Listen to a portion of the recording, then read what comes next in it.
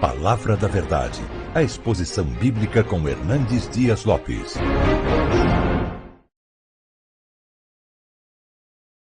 Eu quero compartilhar com vocês hoje o texto que está em Marcos capítulo 4. Marcos capítulo 4, versos 35 a 41. Peço que você abra sua Bíblia comigo e, ao ler o texto, mantenha sua Bíblia aberta para você acompanhar comigo esta exposição. O texto diz o seguinte: naquele dia, sendo já tarde, disse Jesus aos seus discípulos: passemos para outra margem. E eles, despedindo a multidão, o levaram assim como estava no barco, e outros barcos o seguiam. Ora, levantou-se grande temporal de vento, e as ondas se arremessavam contra o barco, de modo que o mesmo já estava a encher-se de água. E Jesus estava na popa, dormindo sobre o travesseiro. Todos o despertaram e lhe disseram: Mestre, não te importa que pereçamos? E ele, despertando, repreendeu o vento e disse ao mar: acalma-te, emudece. E o vento se aquietou e fez-se grande bonança. Então lhes disse: por que sois assim tímidos? Como é que não tendes fé? E eles, possuídos de grande temor, diziam uns aos outros: quem é este, que até o vento e o mar lhe obedecem? Amém? Eu queria pensar com vocês sobre o seguinte tema: não desanime, não tenha medo, Jesus está no controle. À guisa de introdução, quero falar 4 fatos que são importantes para a nossa reflexão nesta manhã. O primeiro deles é que as tempestades da vida existem, e elas são reais, elas estão absolutamente presentes na nossa vida, porque são inevitáveis. Elas chegam, e chegam para todos. Chegam para aqueles que estão no palácio e aqueles que estão na choupana,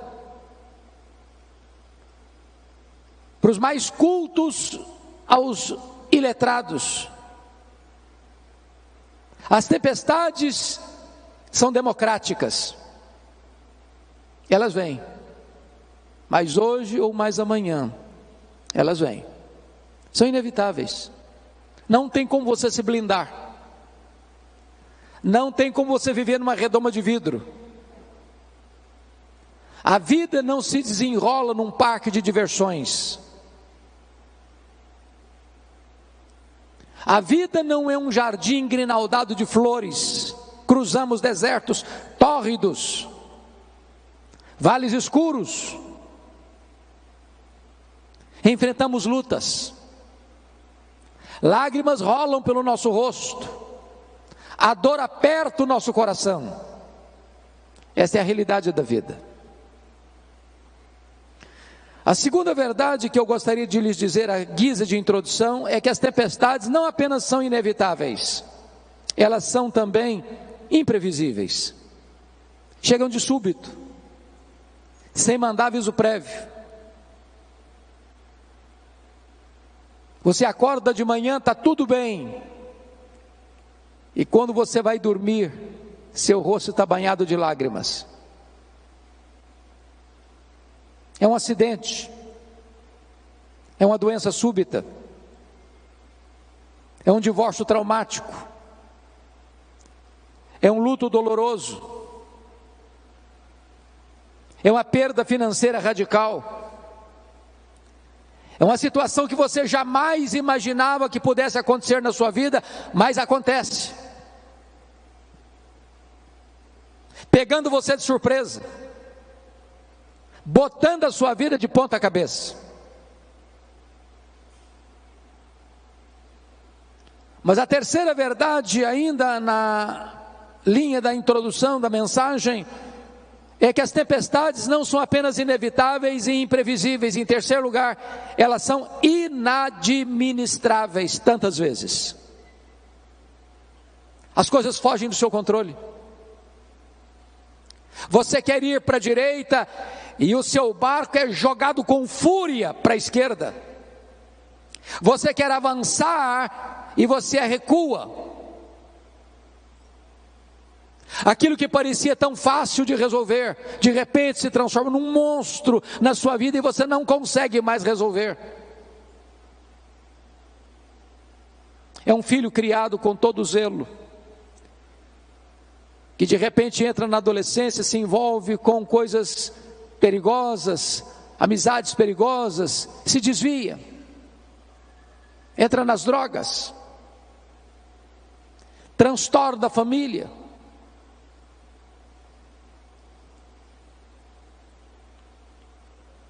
Mas eu quero concluir dizendo que, em último lugar, quarto e último lugar, as tempestades da vida são também pedagógicas. Louvado seja Deus, pedagógicas. Sabe o que significa isso? Tudo que vem à sua vida, por mais carrancuda que seja essa providência, pode isso estar fora do seu controle, mas não está fora do controle de Deus.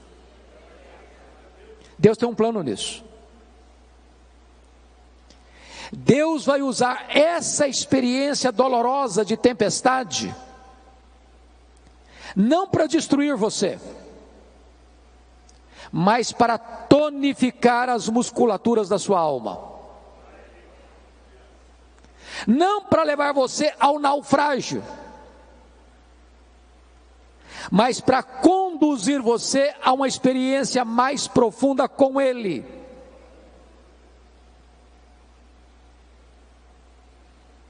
Quando Deus nos permite passar por uma situação adversa, difícil, amarga, Ele quer nos dar lições mais profundas, que de outra sorte nós não conseguiríamos aprender. Então, dito isto, a título de introdução, peço que você, com a Bíblia aberta comigo, passemos a considerar algumas lições desta passagem. O contexto aqui é que Jesus passara todo aquele dia ensinando as parábolas do reino. E se você já falou, deu aulas, pregou um dia inteiro, você sabe que ao final do dia você está exausto. Então Jesus entra no barco, pega um travesseiro, vai lá para trás do barco, deita e dorme. Mas antes disso ele diz para os discípulos: passemos para outra margem. Enquanto eles estão navegando para outra margem, eu estou falando do Mar da Galileia, ou do Lago de Genezaré, e você sabe que esse mar não é um mar, é um lago de águas doces, o maior reservatório de águas doces do Oriente Médio, com 21 quilômetros de comprimento por 14 de largura, a 200 metros abaixo do nível do mar Mediterrâneo, encurralado pelas montanhas de Golã de um lado, as montanhas da Galileia do outro. Enquanto navegam, subitamente surge uma tempestade de vento, e o barco é varrido de um lado para o outro. E os discípulos inicialmente devem ter pensado: vamos deixar o mestre descansar, nós temos habilidade e capacidade de resolver esse problema. Mas na medida em que eles tentavam resolver o problema, o mar se agigantava, as ondas se tornavam mais furiosas, o barco era sovado com fúria pelo vento tão furioso, estava se enchendo de água, e a morte mostrando para eles a sua carranca.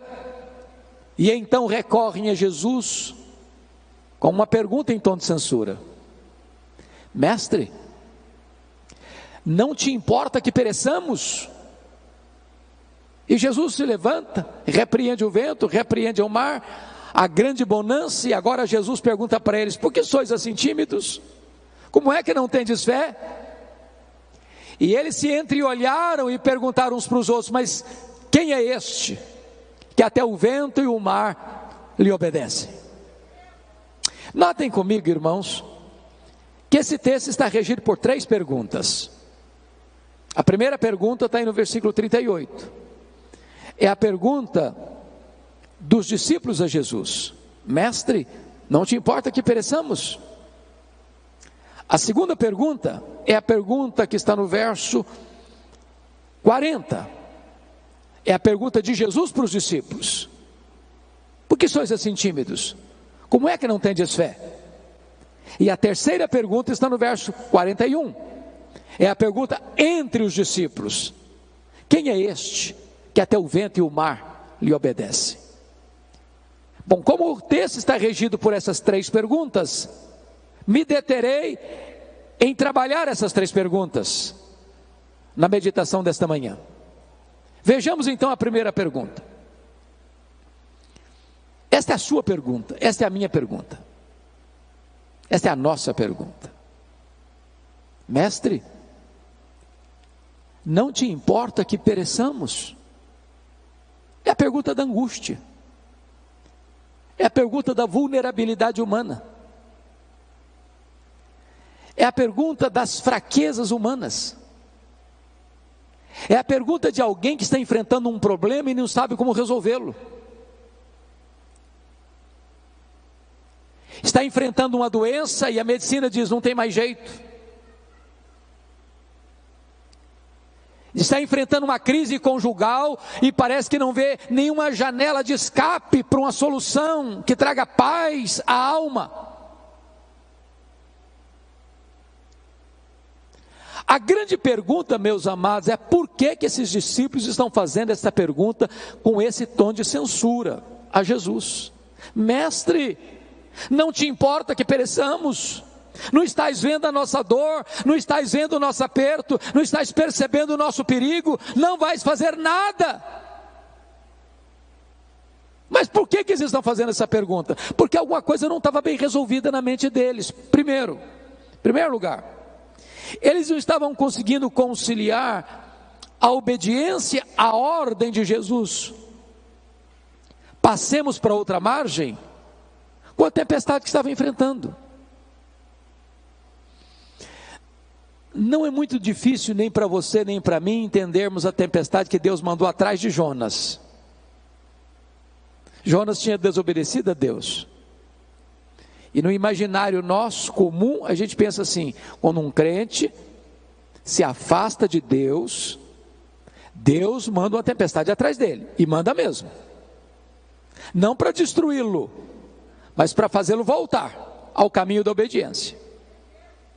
Agora, como é que eu vou entender que eu estou fazendo a vontade de Deus, eu estou andando com Deus, eu estou obedecendo a uma ordem expressa de Jesus, e a tempestade vem? E a tempestade chega, e o vento contrário começa a me ameaçar. Na cabeça deles, isso não estava bem resolvido, porque a nossa expectativa é essa: se eu estou andando com Deus, vai dar tudo certo, nenhum imprevisto vai acontecer. Mas havia um segundo problema que levou esses discípulos a perguntarem a Jesus nesse tom de censura: Mestre, não te importa que pereçamos? Qual era o segundo problema? Era a urgência da necessidade deles com a demora de Jesus. em atendê-los. Por quê? O que Jesus estava fazendo no barco? Estava dormindo. Quem está dormindo não está agindo. E parece-nos que um dos dramas que nós enfrentamos na vida é que quando a coisa pega, quando o calo aperta, quando a dor lateja em nossa alma, quando as lágrimas quentes rolam em nossos olhos, quando a noite parece escura demais, você grita por socorro e só escuta o eco da sua voz. Deixa eu lhes dizer, tem hora, eu vou voltar, filho, pode ficar tranquilo. Tem hora que a demora de Deus nos aflige mais do que o próprio problema. Eu vou ilustrar. Vocês se lembram da Marta? Quando seu irmão Lázaro ficou doente? Jesus estava a um dia de viagem de Betânia. E Marta manda um recado para Jesus assim: está enfermo aquele a quem amas. A casa dela estava cheia de gente. Talvez as pessoas questionando: ô Marta, será que Jesus vem? Eu falei: ele vem, claro, ele é nosso amigo. E eu, o Lázaro, piorando. E Jesus não chega. Aí a pessoa gastou um dia para ir de Betânia, onde Jesus estava. Ao dar o recado, Jesus disse para os seus discípulos assim: o Lázaro morreu. Mas manda um recado para Marta: esta enfermidade não é para a morte, é para a glória de Deus. Quando o emissário retorna no segundo dia, que era um dia para ir, outro dia para voltar, talvez apressadamente já vai dizendo para Marta: ô Marta, Jesus mandou falar para você que esta enfermidade não é para a morte, é para a glória de Deus. Mas o Lázaro já estava morto e sepultado. Olha o nó na cabeça da Marta. Diz a Bíblia que Jesus fica mais 2 dias onde estava. Se o homem gastou um dia para ir, mais 2 dias que fica, 3 dias. No 4º dia é que Jesus vai. Quando Jesus chega lá, o Lázaro está morto e sepultado há 4 dias. E a primeira palavra que Marta falou para Jesus não foi a saudação Shalom.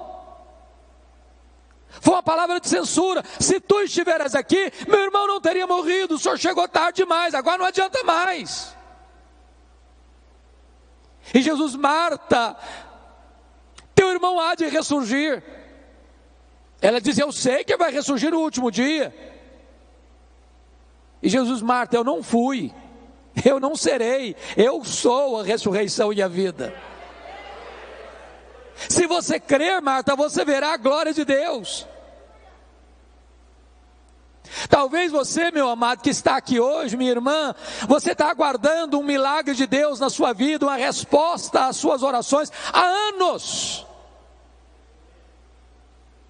Mas o que eu posso dizer para você é que Deus nunca chegou atrasado. Quando Ele parece chegar atrasado, é porque Ele está preparando algo maior e melhor para a sua vida. Mas sabe por que esses discípulos estão angustiados? Tinha uma terceira razão. Primeiro, que eles não conseguiram conciliar a ordem com o problema. Segundo, eles não conseguiam conciliar a urgência da necessidade com a demora. E a terceira razão, eles não conseguiam conciliar a angústia avassaladora com o silêncio de Jesus. Porque se ele está dormindo, ele não só não está trabalhando, mas também não está falando. E eu vou lhes dizer que o silêncio de Deus grita mais alto nos nossos ouvidos do que o ruído mais barulhento das circunstâncias mais adversas.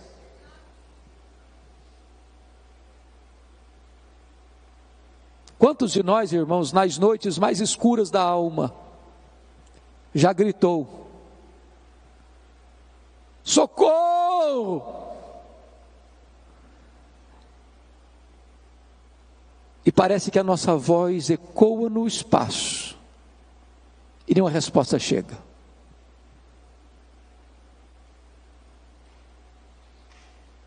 Mas quando Deus está em silêncio, Ele não está inativo. Ele não perdeu o controle. Ele está trabalhando e trabalhando por nós e não contra nós.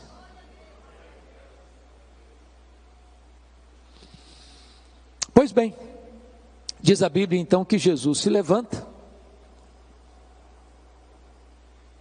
repreende o vento, repreende o mar, e é uma grande bonança.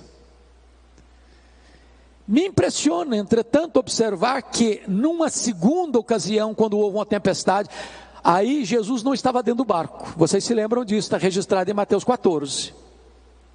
Lá naquela segunda ocasião, Jesus mudou a metodologia. Aqui, primeiro ele acalma o mar e o vento, para depois acalmar os discípulos. Lá na segunda ocasião, primeiro ele acalmou os discípulos, para depois acalmar o mar, dizendo assim para eles: tende bom ânimo, sou eu, não tenham medo. Só então ele acalmou o mar. A pergunta é: por que ele mudou de metodologia? Por uma razão muito simples. O Senhor Jesus sabe que tem hora que a tempestade mais terrível na nossa vida não está do lado de fora, está do lado de dentro. Tem hora que o seu maior problema não é a circunstância, é o sentimento. E Ele, como aquele que nos conhece, sabe quando é que primeiro tem que atender a solução do problema, e em segundo lugar, quando Ele tem que atender a solução do problemático. Ele é poderoso nesta manhã para acalmar tanta tempestade que está dentro da sua alma, como a tempestade que está fora de você.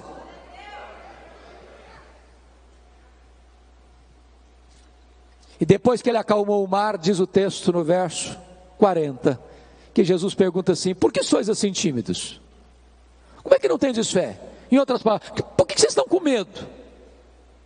Agora, só convido você para se transportar para aquela circunstância, para aquela ocasião, e perguntar assim: se você estivesse lá dentro daquele barco, você estaria com medo?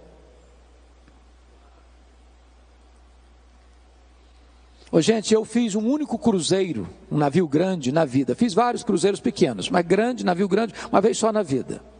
Saiu de Santos, foi para o interior do Rio de Janeiro. E eu prometi a mim mesmo nunca mais fazer outro cruzeiro na vida. Pegamos ondas de 5 metros. Foi um desespero.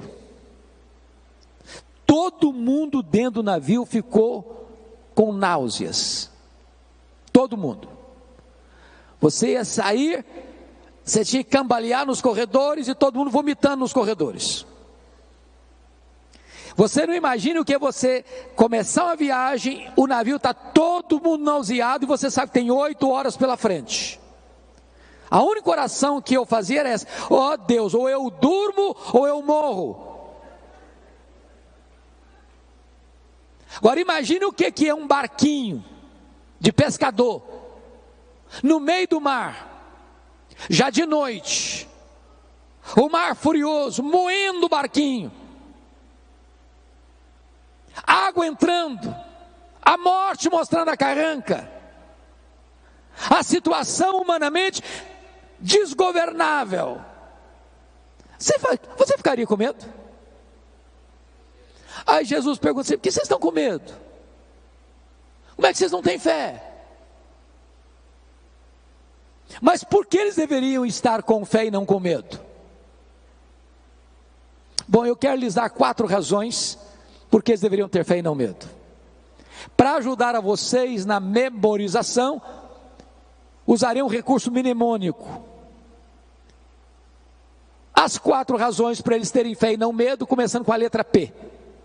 Primeiro, eles deviam ter fé e não medo por causa da promessa de Jesus do verso 35. Passemos para outra margem. Se Jesus disse assim: passemos para outra margem, qual era o destino deles? a outra margem? Claro. Então vou lhe dizer algo sublime agora. Promessa de Jesus e realidade são a mesma coisa. Porque nenhuma das suas promessas cai por terra. Em todas as suas promessas nós temos o amém, o sim de Deus. Ele vela pela sua própria palavra em a cumprir. Você sabe por que você e eu ficamos com medo? É porque nós duvidamos que aquele que fez a promessa é fiel para cumpri-la. Segundo lugar, sabe por que eles deviam ter fé e não medo? Por causa da presença de Jesus com eles. Quem é Jesus? O Criador do mar, o Criador do vento, o Criador da terra, o Criador do céu, o Criador do universo. Agora eu pergunto a você, será que a criatura poderia ser maior que o Criador? Será que o mar poderia derrotar o Criador do mar?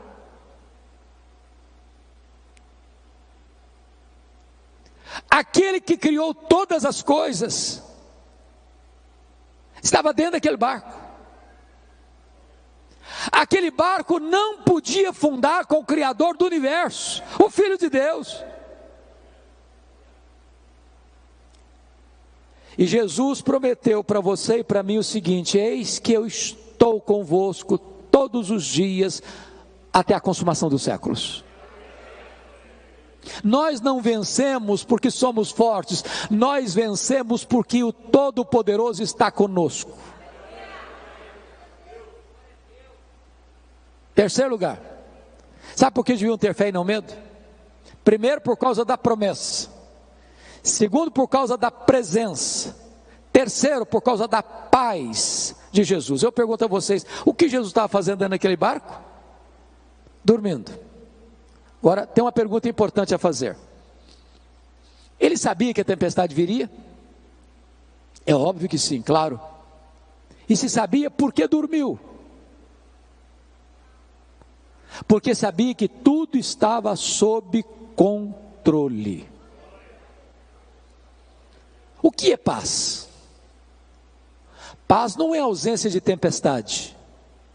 Paz é você saber que apesar da tempestade, tudo está sob controle. Não sob o seu controle, sob o controle de Jesus. Você pode ter paz no vale. Você pode ter paz na tempestade. Mesmo que as rédeas tenham saído das suas mãos, Deus continua com as mãos no leme da sua história. Quarto lugar, por que eles deviam ter fé e não medo? Primeiro, por causa da promessa. Segundo, por causa da presença. Terceiro, por causa da paz. Quarto, por causa do poder de Jesus. É maravilhoso você notar em Marcos que, propositadamente, Marcos reúne ao redor desta passagem 4 episódios que retratam o poder de Jesus.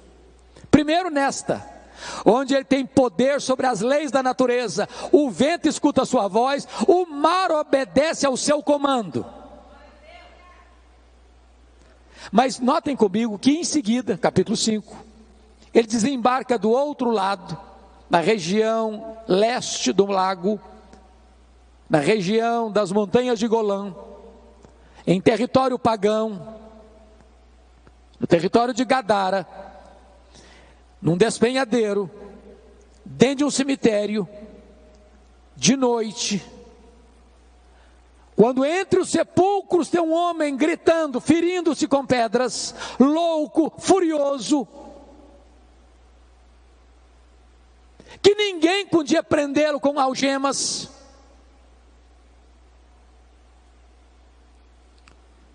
E quando Jesus entra, e a cena era de medo, porque tudo que você não espera ver dentro de um cemitério de noite, a gente viva.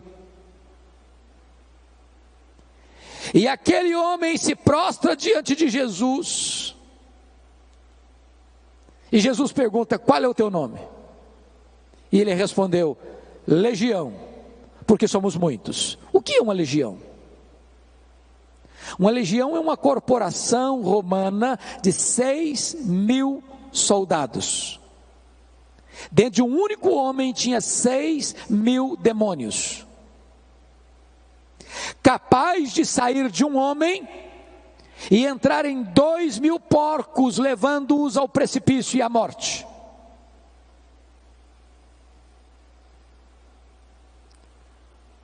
Mas Jesus liberta aquele homem. Jesus transforma aquele homem. Jesus faz daquele homem um missionário, para provar uma coisa para nós: ele tem poder sobre as leis da natureza e ele tem poder sobre os demônios. Me impressiona, pastor Amarildo, nesse texto,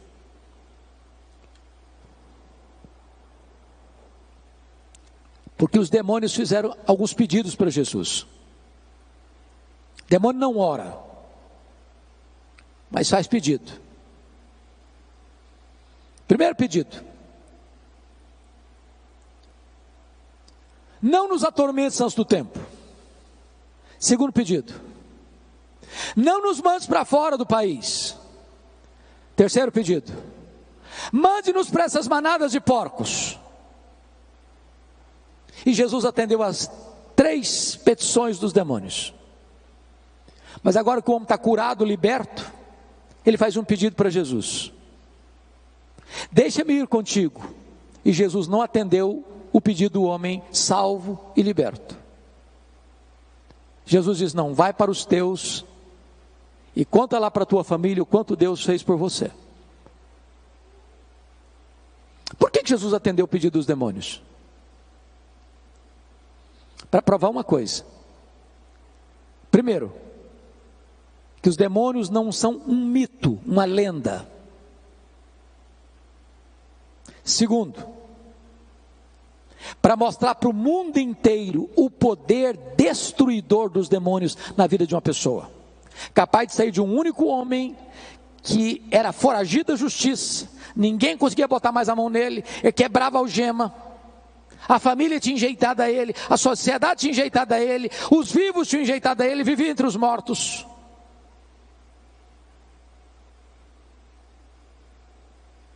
Para mostrar para o mundo que os demônios vêm para roubar, para matar e para destruir. Terceiro, por que Jesus atendeu o pedido dos demônios? Para provar para o mundo inteiro os valores da sociedade mundana. Porque os gadarenos, ao chegarem e verem aquele homem liberto por causa dos porcos, expulsaram Jesus dali. É uma sociedade que ama mais os porcos do que pessoas.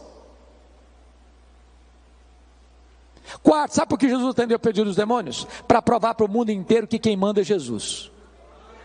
Os demônios ficam se Jesus permitir, os demônios saem se Jesus mandar. Quem domina e tem poder sobre os demônios é Jesus. Quem tem as chaves da morte e do inferno é Jesus.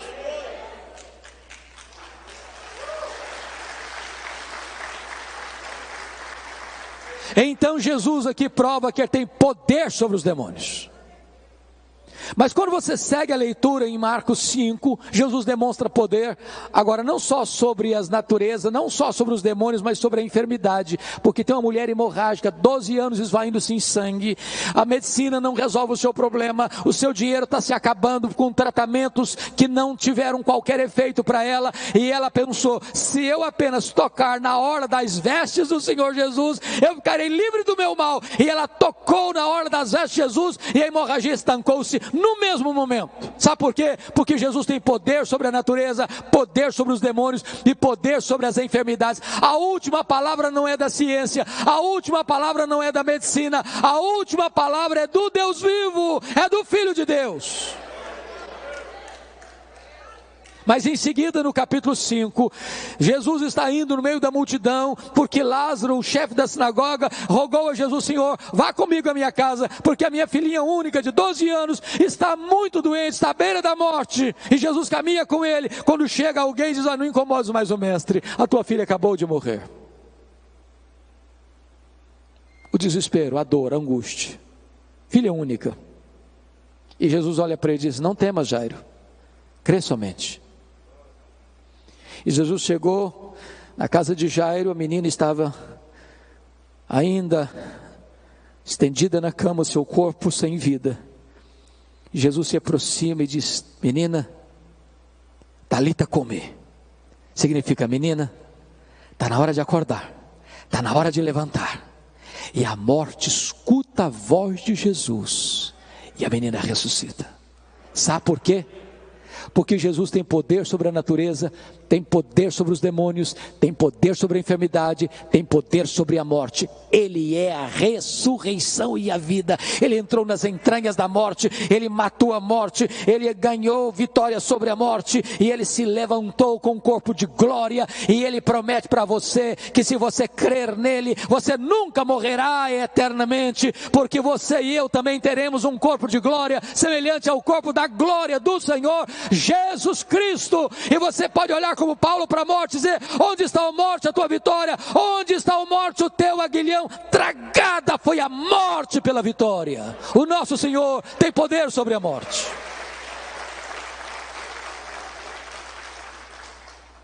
Mas agora, irmãos, vamos para a última pergunta do texto.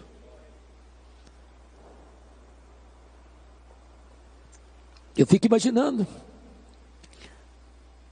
o mar se acalmando como uma fera selvagem que precisa ser acalmada, o barco balançando, os discípulos todos molhados, porque o barco já estava se enchendo de água, aquelas jorros d'água batendo no barco, e eles estão completamente tomados de uma santa reverência, perguntando uns para os outros assim: mas quem é este que até o vento e o mar lhe obedecem? Que pergunta emblemática. Quem é este? E nós poderíamos responder essa pergunta hoje dizendo o seguinte: este é aquele que, junto com o Pai e com o Espírito Santo, lá nos refolhos da eternidade, antes da criação do universo, no conselho da Trindade, traçaram um plano perfeito para a sua, para a minha, para a nossa vida. Este é aquele que no princípio criou todas as coisas, porque todas as coisas foram feitas por intermédio dele, e sem ele nada do que foi feito se fez, as coisas visíveis e invisíveis. Quem é este? Este é aquele que sustenta todas as coisas pela palavra do seu poder. Quem é este? Este é a semente da mulher que nasceu para esmagar a cabeça da serpente. Quem é este? Este é aquele de quem os patriarcas falaram, para quem os profetas apontaram. Quem é este? Este é aquele que foi simbolizado pelo Cordeiro da Páscoa, cujo sangue, passado no batente das portas, libertou os primogênitos de Israel da morte no Egito. Quem é este? Este é aquele que foi simbolizado pelo tabernáculo, este é aquele que foi simbolizado pela arca da aliança, este é aquele que foi simbolizado por aquilo que estava dentro da arca, as tábuas da lei, o vaso com maná, a vara seca de Arão que floresceu. Este é aquele que foi simbolizado pela tampa da arca, o propiciatório, onde a glória de Deus se manifestava. Quem é este? Este é aquele que foi simbolizado pelas festas de Israel, pelos sacrifícios do templo, pelo sábado. Tudo era a sombra dele, ele é a realidade. Quem é este? Este é o maravilhoso conselheiro, Deus forte, o Pai da eternidade, o príncipe da paz. Quem é este? Este é o sol da justiça, a brilhante estrela da manhã. Quem é este? Este é o Messias prometido, este é o Filho de Deus, que na plenitude dos tempos nasceu de mulher, nasceu sob a lei, para ser o nosso Redentor. Quem é este? Este é o Verbo eterno, pessoal, divino, autoexistente, Criador, que se fez carne e habitou entre nós, cheio de graça e de verdade, e vimos a sua glória, glória como do unigênito do Pai. Quem é este? Ora, este é aquele que pode dizer: eu sou. Antes que Abraão existisse, eu sou. Este é o pão da vida, este é a luz do mundo, este é a porta das ovelhas, este é o bom pastor, este é a ressurreição e a vida, este é o caminho e a verdade e a vida, e ninguém vem ao Pai senão por ele. Este é a videira verdadeira. Quem é este? Este é o cabeça da igreja, este é o fundamento da igreja, este é o dono da igreja, este é o edificador da igreja, este é o protetor da igreja. Quem é este? Este é o amado da nossa alma, este é a nossa alegria, este é a nossa herança, este é a nossa paz, este é a nossa justiça, este é o Filho de Deus que desceu da glória e entrou na nossa história e pisou o nosso chão e bebeu a nossa água e chorou a nossa lágrima e sentiu a nossa dor e carregou com os nossos pecados sobre o seu corpo no madeiro. Quem é este? Este é aquele que no Getsemane suou sangue por amor de nós, é aquele que chorou no Getsemane, aquele que bebeu sozinho o cálice amargo da ira de Deus, este é aquele que foi cuspido e esbordoado no sinédrio, este é aquele que foi espancado e vilipendiado no pretório romano, este é aquele que carregou sobre o seu corpo no madeiro os nossos pecados e andou pelas ruas de Jerusalém apinhadas e debaixo de uma multidão sangue sedenta gritando: crucifica-o, crucifica-o, crucifica-o. Quem é este? Este é aquele que foi pregado naquela cruz, naquele leito vertical da morte. Este é aquele que transformou aquele patíbulo de horror no instrumento da sua própria salvação. Quem é este? Este é aquele que entrou nas entranhas da morte, ele é aquele que matou a morte, este é aquele que ressuscitou gloriosamente, este é aquele que está vivo pelos séculos dos séculos, este é aquele que voltou para o trono, este é aquele que está sentado à destra de Deus, este é aquele que vai voltar pessoalmente, visivelmente, audivelmente, repentinamente, inesperadamente, gloriosamente. Quem é este?